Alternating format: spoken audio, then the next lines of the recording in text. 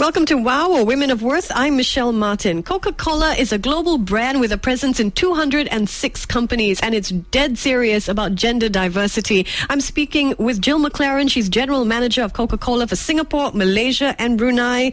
Coca-Cola is building a workforce that mirrors the marketplace it serves. That's its focus, right, Gill? Absolutely. So, Michelle, thank you so much for inviting me here today. So, yeah, diversity has always been high on Coca-Cola's agenda. As you mentioned, we're in over 200 countries around the world. But actually, the area I'm particularly focused on is women in diversity. So back in 2007, we realised that when we looked at our own business, we weren't as representative as all those communities we were serving. So 70% of all household income is driven by women, and actually when we looked at our own organisation, we were nowhere near that representation of women. So that's where our journey on female leadership started. Take us back to 2007. In particular, tell us about the influence of your CEO, Mukhtar Kent, when it comes to launching this global women's initiative in late 2007, when, as you say, you took a very detailed internal and external look at the areas that needed work, particularly for women's empowerment. Yeah, back in 2007, as I say, we looked at our own organisation and realised that at the top of our organisation, not as many senior women. Mukhtar Kent led that. Many companies have diversity initiatives, and we were no different. We had diversity initiatives. But back in 2007, we called out women specifically because we felt that we wouldn't get to our Vision 2020 goals without focusing on women. And we set the goal at that point in time that we would literally be a 50-50 organisation by 2020. This is fascinating. Gender parity by 2020 within the company. So really aiming for 50% of women at senior leadership positions, or all positions? It's throughout the organisation, but in senior leadership positions. So at Coca-Cola already, we have 50% of women in the pipeline, but they're not necessarily converting to those leadership positions. So if I think about our journey back in 2007, we were near like 20%, and now we're at nearly a third of our organisation at senior levels is already women. So some progress, but we're still a way to go to hit that 50. Was there any conflict back in 2007 about whether or not to strive for women's empowerment in particular, or women and diversity, or diversity as a whole? There was quite a lot of debate about, because many companies have diversity goals, but when we looked at where we were the weakest, it was actually on women. So operating in all those countries, we were actually quite culturally diverse, which many companies aren't. But when we looked at our women in our organisation, we were very low in terms of senior women, and we really called out women specifically. And that's when the Women's Leadership Council, which I sit on for the Globe, that's when it all started to, I suppose, play an advisory role to say, why are we so low on women in our organisation? Wow. Tell us about this Leadership Council. How does it give women within Coca-Cola a voice, really, to shape these practices? Yeah, so what the council was launched by Mukhtar Kent, our CEO, so Coca-Cola CEO, and at that time he said, I'm not best placed to advise on this, so I can see the challenge in my organisation, but I need women to advise on what it takes to change that. So form the council, so 17 women literally from all over the globe, so to representing their different countries, and the role is an advisory one. So we did a lot of work to literally do focus groups in all of our different countries and work out what kind of culture did we need to create, what was getting in the way, why did we not have any women at the top, and what do we need to do differently to really change that. Fantastic. And then does this council set the long-term targets as well? So the long-term targets were already set. Mukhtar had already said it was 50-50 by 2020. Our role is to really find out the way to get there. So we ended up with some initiatives, and we've literally looked at from when women join the organisation, so from literally people joining, then how we retain them and how we develop them and how we advance them. So we're literally looking at every stage of women's careers in terms of how we bring them through the whole organisation. I'm interested in this idea of an enabling culture. What did the council have to recommend there in terms of a culture that allows women to thrive? So at Coca-Cola, what we did was look at what our culture was like currently and what was getting in the way. So again, from those focus groups of women, some of the key enabling culture initiatives would be things like flexible working. So no matter which country you're in, people, and again, it's a universal truth, I think, for women, how do you balance work and life? And was our culture in enabling people to do that? So a lot of new flexible work policies came out of that. Also enabling culture in terms of men managing women. So how do you better coach women? How do you understand what their needs are? And so there was quite a lot on diversity in that regard. And then mentoring and sponsorship as well. So how do you mentor women to enable them to navigate careers in the organisation? Tell us a bit about how you enabled men to understand women when it came to the whole area of leadership. We've done more broad diversity training, actually, in terms of just helping people to understand women and men operating differently. Interesting, we've got the science on the human brain, so showing how women operate differently than men. So I think it's trying to not get everyone to conform. So an empowering culture for me is everyone can be themselves. So at the moment when women were looking at all the organisations, said it's a very male culture, and I actually don't feel I could be myself around What here. were the symptoms of it being a male, oriented So culture? what would be some of the symptoms be? So the way people work, so work hours, probably not respecting kind of times a day, so if people had to drop off kids or something, people say, oh, you've come in late, or, just little symptoms like that meant it wasn't enabling, and it was too rigid. So we've ended up being a much more flexible style of working has definitely come out of it. But also understanding that women can juggle the two. So at the end of the day, women are amazing multitaskers. So again, judgment calls were being made about whether women could or couldn't. I think we've dispelled a lot of that. I think we've shown that, through our culture, we can really change some of We've those had things. so many shows about flexi work. What are some of the alternatives that are offered to women at Coca-Cola when it comes to flexible work options? So we let people work flexibly. So we've technology enable it through laptops and phones, and we allow people to work flexibly, so work from home or work from different locations. A new policy that we brought in literally last year was our soft landing policy for people coming back from maternity. So take Singapore, for example, we get 4 months, people come back after 4 months mat leave. Yep. They come back 4 hours a week in the first month they're back, and then 5 hours a day rather, graduated up. So it's a soft landing policy, so people can juggle kind of leaving their children behind and then coming back to work. So literally that staggers up. So, and we're bringing new policies in this area all the time. So real progress on that, actually. When it comes to gender diversity initiatives, people are always looking at return on investment, ROI. What have some of the benefits been for Coca-Cola? I think we formed right at the start, because you had to take the whole company on this journey, was the business case for it. So there's so many business cases out there that shows that basically companies perform better when they have a more balanced female-male diversity. In our own results, we're seeing the same. So I think what we talk about is the power of three. So making sure that you've got three people on leadership teams, so that voice of a woman is not just like one lone voice. It actually changes the dialogue. A lot of the metrics are more soft, so people can see that the thinking has changed in our organisation. So bringing new thinking styles, probably a higher people orientation, more collaboration, are all skills that people can see that women are bringing as well. But we're focusing on full diversity. So as I say, it's multicultural, it's female, it's male. We've really been on a journey on this, and I think people now embrace difference rather than point out differences. Gill McClaren, my guest in WOW. She's General Manager of Coca-Cola Singapore, Malaysia and Brunei. More of her thoughts in just a while. Add to your WOW factor with Michelle Martin in the WOW Club on 938 Live.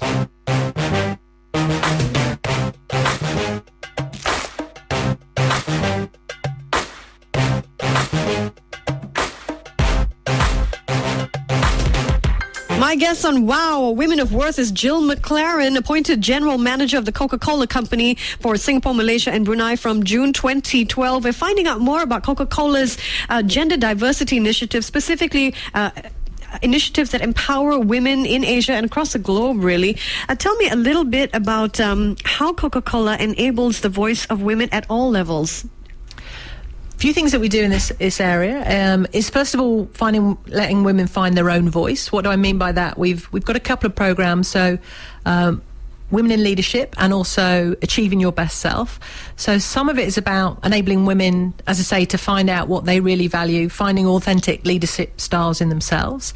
And then the other key piece of it is how we build an enabling culture, basically, to make sure that we embrace that diversity. So as a woman, you have specific programs on how women can sort of self-actualize, achieve their best self. Yes. So let me talk a little bit about that program, because it's been really successful. So far around the globe, 400 women have been through it, and we've actually rolled out the first program in Singapore, which is Achieving Your Best Self, just this last year. And women kind of say it's life-changing, so really great feedback from it. So at Coca-Cola, what we did was we realised that women didn't always spend enough time on themselves. So what do you want to do in your career? What do you want out of your life? So it ends up being kind of self-realization, and then that helps people really think about their career path they want to follow, how they juggle, and how they really think about what they want, because many women were not thinking about themselves enough, and without thinking about themselves, it wasn't easy to see how they could move up through the organisation. So it's been really powerful, and it's all women together. So women then coach women and give each other support. So it's quite a liberating thing, and I say the feedback from women who've been on the programme is amazing. This is terrific, because women do put themselves last. As a mother, can you identify with that as well? Absolutely. Yeah, absolutely. So the programme is like 3 days. So it's 3 days of thinking about yourself. I don't know many people who get a chance to think about themselves for 3 days. Required to by work as well. Yeah, so very, very powerful programme with great feedback. Do you think there is a gap for most companies when it comes to the stated goals for diversity and then walking the talk? What is required to bridge that gap? I think for me, the big thing is, first of all, the business case has to be clear. So people got to see the benefit of focusing on it. And then you've got to focus on it all the time. So is there anything in your actions that are getting in the way? So take example at Coca-Cola, were we making sure our interview panels for interviews were balanced? So we weren't. We actually now make it compulsory that you have to have a woman on the panel. Were we making sure that we're finding the right women for the role? So are there women really on the actual interview slate? So there's a lot of things that we were doing inadvertently where we were appointing people in our own likeness. So just some very practical things that we do. And then the cultural part is probably the biggest enabler, whereby you truly live a much more enabling culture. And what do I mean by that? Flexible working, really seeing the benefit of different authentic leadership styles rather than trying to clone everyone or morph everyone to be the same, so people can show up to work, be themselves, and feel that they're valued for it.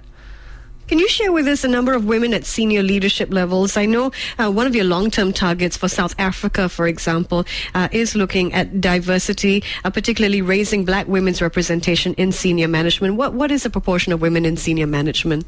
If I look at Coca-Cola around the world, so when we started this initiative back in 2007, in Coca-Cola we had just over 20% of people in senior leadership positions. Now it's a third. If I look at the pipeline, we're nearly at 50-50 already. So the pipeline is nearly 50-50. We do see a drop-off point, though, beyond that. So we're really focusing on how we retain women, particularly when they go and have children. So we do see a tipping point when women go and have children that we drop off in terms of this mirrors organisation. The macro situation. It mirrors the macro situation. Countries. And we work with companies like Catalyst as well, the NGO, to really understand that. So that's probably our biggest area of focus now. So we've built a really strong pipeline. We've actually spent a lot of investment in terms of training women and enabling them to be their best self, that program I just talked about. But now it's actually, how do we retain? How do we really kind of enable women through their career to really pass up the levels? But in the case of me in Singapore, with my leadership team across Singapore, Malaysia, 50-50, I'm pleased to say. So I'm already at my goal. We just need to keep it that way. Incredible. Now, besides Coca-Cola's internal initiatives, it also has a real commitment to making a difference to women around the world, looking at their consumer markets. You have a 5x20 initiative, and the idea behind that is to make a difference to 5 million women. What are some of the innovative pilots? I know that you actually enable women to start their own businesses, small businesses, for example. That's right. So Coca-Cola's 5x20 initiative was actually started back in 2010, linked to the global initiative and the UN Women piece, so in terms of economic empowerment of women. So 5x20 is a very big goal, but what we want to do is focus on economic empowerment. So from a Coke perspective, we focus less on philanthropy. We're more on literally enabling women to have a help up rather than a handout.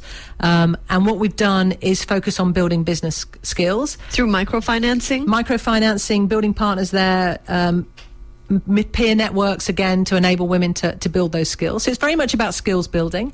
And the other thing, all these 5 million women are linked to our value chain. So within Coca-Cola, we have retailers, we have producers, we have mango farmers, we have artisans who make kind of jewelry out of old Coke bottles.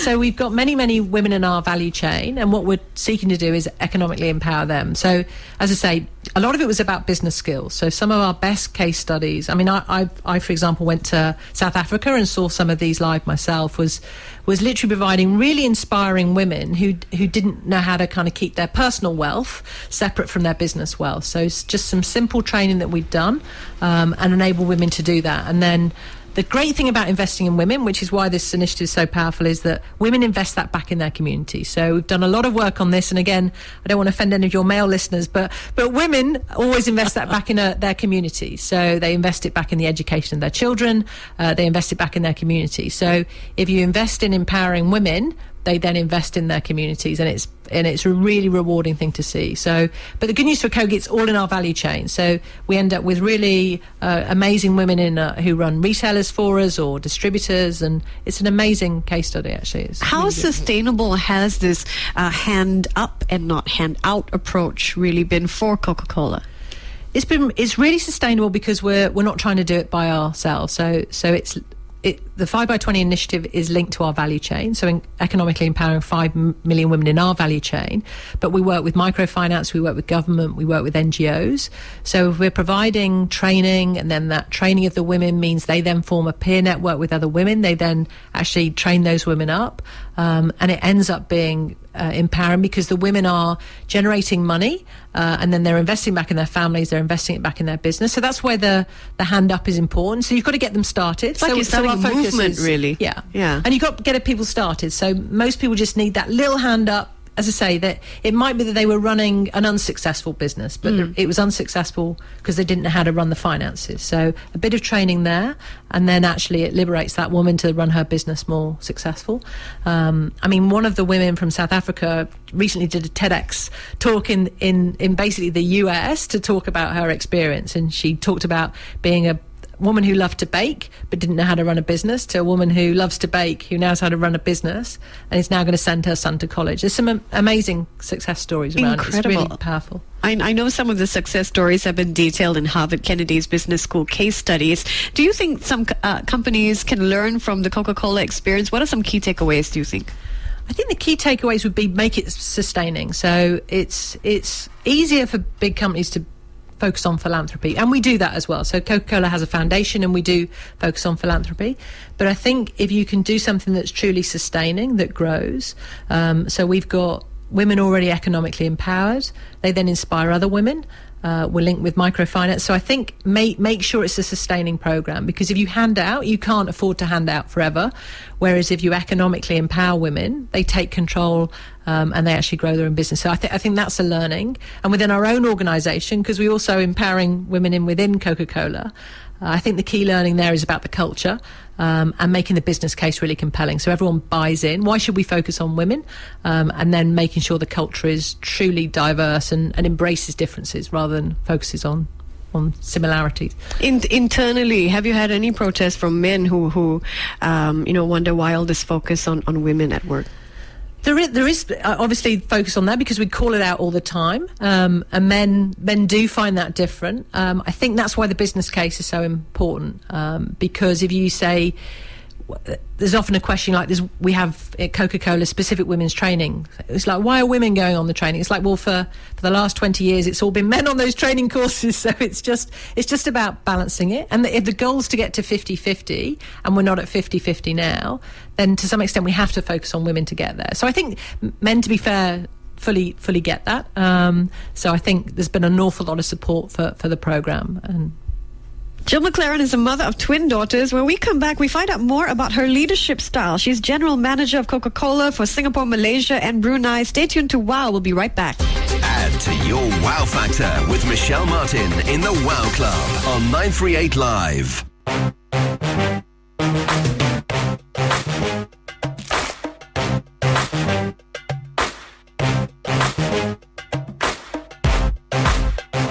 Gill McClaren is general manager of the Coca-Cola company for Singapore, Malaysia, and Brunei. She spent 18 years of her life with the Coca-Cola company, but has 25 years of experience in the food and beverage industry. But you graduated with a Bachelor of Science in Geography, right, Gill? I did indeed, yeah, but I've not followed that path since. So I've been at Coca-Cola rather than following the geography path. Tell us about the path to Coca-Cola. So before that, I was in I've always been in the food and drinks industry. So before Coca-Cola, I was at a company called McVitie's and a company called Sonival, so a dairy company, but 18 years with Coca-Cola. So a lot of my career has been with Coke because I love it so much. And it's real.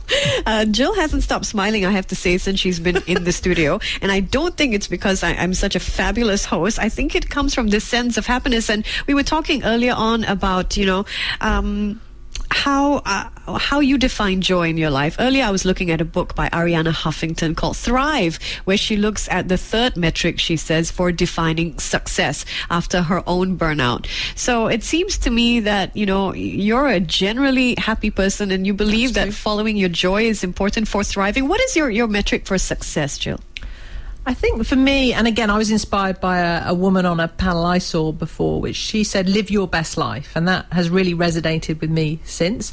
So living your best life is working what's really important to you. So what do you want out of life? What do you want out of your career? What do you want out of your family life? How much time do you want to spend with your family and your friends?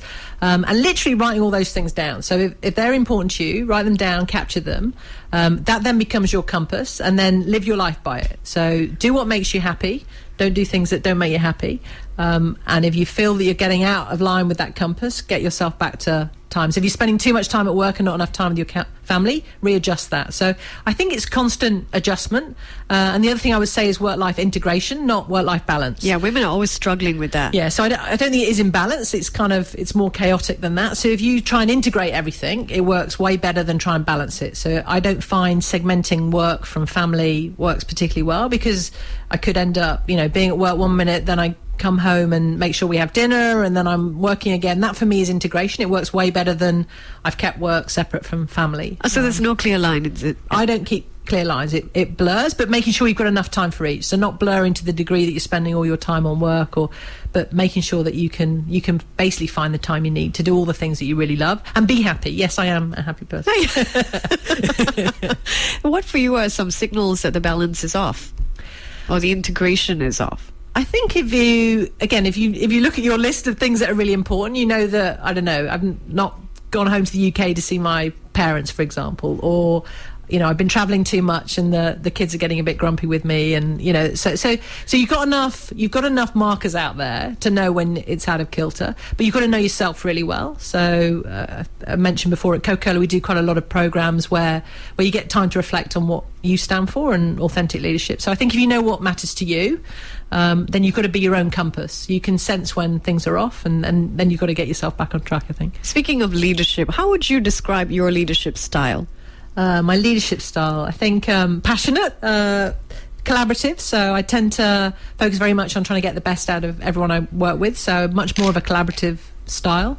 And then do things that I'm passionate about and make a difference. My make a difference rating is high. So whatever I do, I want to lead and make sure we change things for the good and make a difference. Did you say make a difference rating? Is that sort of like a peer leadership? No, it's in my own mind about, have I done enough this year, or I made enough of a difference, so I've got, again, it's my own radar on, am I making enough difference in the work I do or to my life?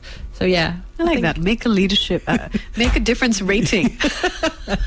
Self-imposed, by the way.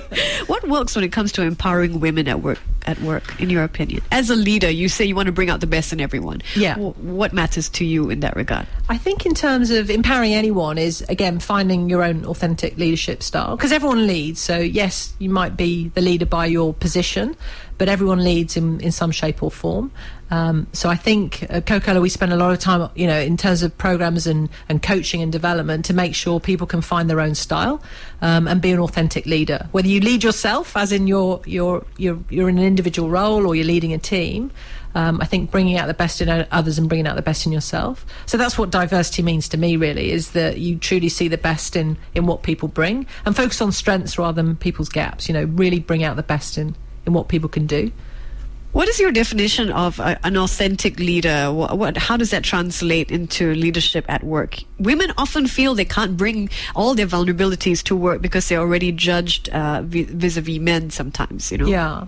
I think authentic leadership means being yourself. So I think, again, at Coca-Cola, we, as part of the enabling culture with our work on women in leadership and what's enabled us to get so many more women into our organisation and up into senior positions is women being able to be themselves. So So before, people looked up the organisation and said it was a more kind of male culture, and they couldn't necessarily identify with some of those positions. So what we've done is enable people to see the benefit in different leadership styles. So some people might be a more collaborative leader, some people might be more autocratic. There's not good and bad, there's just different. So I think if you say different's good rather than conforming, then I think there's room for everybody in that. Both men, women, different styles. I think it's really positive. Do you think women face different obstacles when it comes to climbing the corporate ladder? Obstacles that are different from men? I think the most obvious one is obviously women who decide to have children. So balancing family alongside work is probably a unique challenge that women face. And I think probably how women internalise that, women tend to be quite tough on themselves. So, am I being the best mother I can be, the best sister, the best daughter, the best person at work? So I think those are all, they can be obstacles, but again, if you internalise it the right way, you can overcome those. So, but I think women are generally harder on themselves. Women tend to feel more guilty about whether they're getting it right or not. And we've seen that in a lot of work around the world. So at Coca-Cola, we do a lot of focus groups with women around the world, and it's a universal truth that women tend to be harder on themselves than the men are. Is there an inverse relationship between being hard on yourself and happiness, do you think? I think if you're hard on yourself and you don't find what you're good at and what makes you happy, then it can actually make you kind of feel that it's out of balance. So a lot of women talk about the fact that it's not in balance. I think if you don't really know what matters to you and then live by it, you can get out of balance, which can make you unhappy. So speaking of women and making it hard on themselves, with the self-criticism, Sheryl Sandberg and Lean talked about the internal barriers or the barriers women place on themselves. What are some others in your opinion? I think Sheryl Sandberg was quite right in the sense of women do tend to be harder on themselves. So, take a job interview, for example. So if you ask a woman whether she's ready for a role, a woman would say, I'm not sure whether I'm ready. And because women tend to say, I want to be 110% ready. I want to be really, really good before I take that role. I want to know all my stuff. I know, exactly. Whereas men actually go, hey, I'm 50% ready, let's go for it. And again, I'm probably offending any male listeners, but again, it's been proven across lots of different studies that women want to be really sure that they're ready, and men are kind of, hey, what's the next challenge? So where would you put yourself sense, on that scale? I've learned to be, hey, let's go for it. But I think I'm no different than any other woman, that you tend to want to be 110% ready. So I think you can moderate yourself on some of those things, and know what you're good at. So when it came to evolving your own authentic leadership style, what were some turning points for you when it came to developing your own voice as a leader? I think for me is know what you stand for, and again, know that kind of compass about the kind of leader you want to be. So I'm naturally a kind of collaborative leader. So and you always have been. I've always has been, but again, I should ask probably the people more who work under you. Yeah, they might not agree. No. But I think the style in many organisations is more top down. I think it's changing. So I think to some extent, some of those leadership styles are seen as probably more merit now. So I think knowing who you are and then being yourself is really important. So again, from a lot of the work we've done in Coca-Cola with women, it's when they feel they can't be themselves, or when they look up the organisation and say, well, I don't know whether I fit with the leadership culture. We've really tried to change that so people can show up, be themselves and be valued for it, rather than trying to conform to some norm, because we don't want that. I know you said that you haven't bumped up against a glass ceiling in your own climb. For women out there who might be listening in, though, do you have any advice on how they can navigate the workplace if they are feeling that they're in a male-dominated workplace? I think a simple bit of guidance is build relationships. I think many women perceive probably there are barriers there. I'm not saying there's not, but I think if you can understand and find common ground with everyone you work with, so many women would say, there's an old boys club, they all talk about football, for example, or sport, and I'm not interested in that. My argument to some of those guys would be, just find an area that you are interested, move the conversation to something that you find that is a common ground. So I think many women feel excluded by some of those old boys clubs that we talk about, but I've actually always found I could break through by talking about something else, because quite quite frankly, a lot of the men like to talk about their families as well. But so you have to change and morph the conversation. And I think the other thing is know what you stand for. So back to this authentic leadership. If you really know what you stand for, I think you can break through anything and be clear and say what you stand for as well. Because again, women are generally less comfortable at just saying, look, I'd really like to do this, or I think I'm good at that. Again, women tend to not articulate that, even if they're feeling it. So I think feel comfortable talking about it. It's not being pushy. It's just saying, I'd really love this opportunity, or I'd really like to do that. So put it in your own terms, be authentic. But women are less likely to say that than in many cases a man who would say, yeah, I'm up for that opportunity, or when's the next thing, or but do it in your own way. Don't do it in a way that's not authentic to you. You're married and you have twin daughters, both just turned 13. That's right. What do you think of this idea of women having it all? Do you think that's an empowering goal? I don't think it is empowering. I don't believe in having it all. I don't know what having it all means. I think have it all on your own terms. So from my perspective, I do live by this live your best life. So know what's really important to you. And then live your life by it. And if things aren't making you happy, if you're not living the best life that you've deferred to, then change it. And that best life could be a career. It could be I've decided to stay home and have kids. So do it on your own terms. So I think sometimes people critique or kind of look on at other people and kind of make a judgment call. So having it all suggests that there's some ideal out there. I don't think there's an ideal. It's an ideal for you. Yeah. Right? For a lot of women, they Exactly. think that's the poster that they have to fit themselves in. Exactly. Coca-Cola really must have a secret ingredient that makes you happy. Jill, thank you so much for being here. It's been an absolute pleasure learning from you. Jill McClaren is a general manager of Coca-Cola Singapore, Malaysia, Brunei. Parting words perhaps for the woman out there listening in? I think know what makes you happy, live your life by it, and have that compass there. And thank you, Michelle. It's been a real pleasure talking to you this afternoon. Thanks. You've inspired us to live our best life. Jill McClaren on Wow. I'm Michelle Martin. Thanks for your company. Add to your wow factor with Michelle Martin in the Wow Club on 938 Live.